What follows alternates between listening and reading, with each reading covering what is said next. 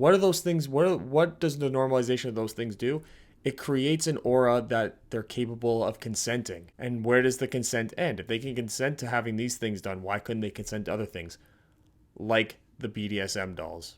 I want you guys to go look at every single Hollywood celebrity, every single media talking head that had something to say, that had an opinion about Kanye West. And I want you to see how much they're saying about Balenciaga. And when you come back at me with nothing, understand that they're okay with this. All right.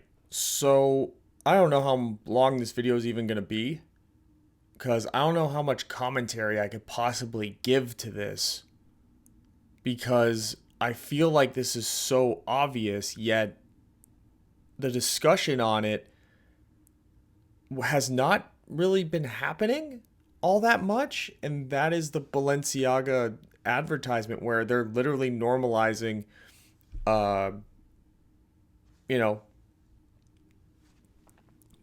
with the kids. And well, how do we know this? Well, for those of you that don't know, there was the ad where the kid is holding the teddy bear that's wearing like the BDSM outfit, and then in the background there's paperwork from a court case. I'm gonna pull up. So it was from Ashcroft versus whatever, and it was a free speech thing that said that kids participating in prawn was like depicted in it. It was free speech, and they had this in their advertisement that included the kid holding up the BDSM dressed teddy bear, and they apologized for the teddy bear, but they've completely seemingly swept the documents part under the rug. Now, it's funny that Balenciaga recently cut ties with Kanye West for what he said, and then they came out with this campaign that they clearly already had planned from before this Kanye stuff happened. So it's weird that they thought that they could get away with this. And I want to know who was in charge of this. Who was in charge of the photo shoot? Who was the set designer and all that put all these hidden messages in the ad? But nobody's going to ask those questions, because apparently you got to speak out against a certain group of people from a certain religion that have all this power. And that's the only way you can get in trouble, I guess, anymore. And they can just go out and do whatever they want. You're not going to see celebrities tweeting about this. Are there celebrities going off about this? Is Shaquille O'Neal and Charles Barkley talking about this? Is there like some grand commentary on The View about the normalization of this type of thing that's continuously going on? Where are the Hollywood actors? Oh, they're nowhere to be found. That's right. You want to know why? Because they're all in on it. You don't think that all these Hollywood celebrities that you know and love that are like, oh, make sure to get out there and vote, and we need to address hatred in this world. They all flew on the plane. They all flew on the plane. Like Ricky Gervais said, he was your friend. Don't get mad at me. He was your friend. You knew him. He was your friend, not mine. But this is what happens. Now it's so in your face. It's more in your face now than ever, because there's been a push through, and they've used all these other avenues to try to normalize this stuff. Talk about how this kind of stuff, that type of attraction, as it pertains to the underage, is just any other orientation. That's what they're trying to do. They're doing it with the drag shows, with kids, trying to normalize that aspect of having children involved in it. So why wouldn't they also have BDSM? I mean, you see that in every pride parade. There's always a section of the pride parade where you get people dressed up like that. And that's got nothing to do with pride, with what pride's supposed to stand for. That's got nothing to do with being gay, lesbian, bisexual, or trans. It's just a fetish. It's just sexual fetishing. But it's featured in the pride parade heavily. And they want children. They encourage children. They set up children games at pride parades, because they're using that avenue to normalize this. Because then when you criticize it, what do they say? Homophobe, transphobe. Am I wrong? Tell me in the comment section where the lie's coming from me.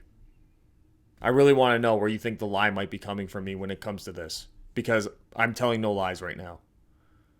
This is what they do. They hide behind a particular group that they promote as being completely marginalized, which I'm sorry, you're not marginalized if you get a whole ass parade, but sorry.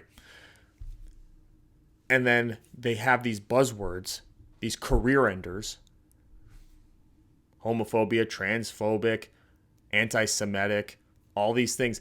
And they hide behind that and they take down the people that aren't willing to go along just to get along.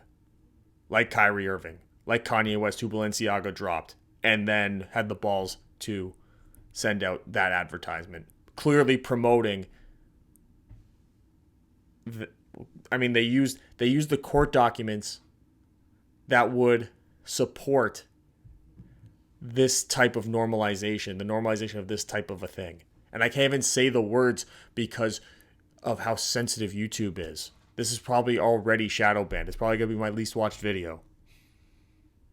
Because YouTube, of course, Google, YouTube, you guys are all in on it too. Don't think I don't know. Don't think we don't know. You just can't be so obvious about it, so you shadow ban it. Like Elon Musk said, that little bitch boy. It's not about, there's freedom of speech and there's freedom of reach.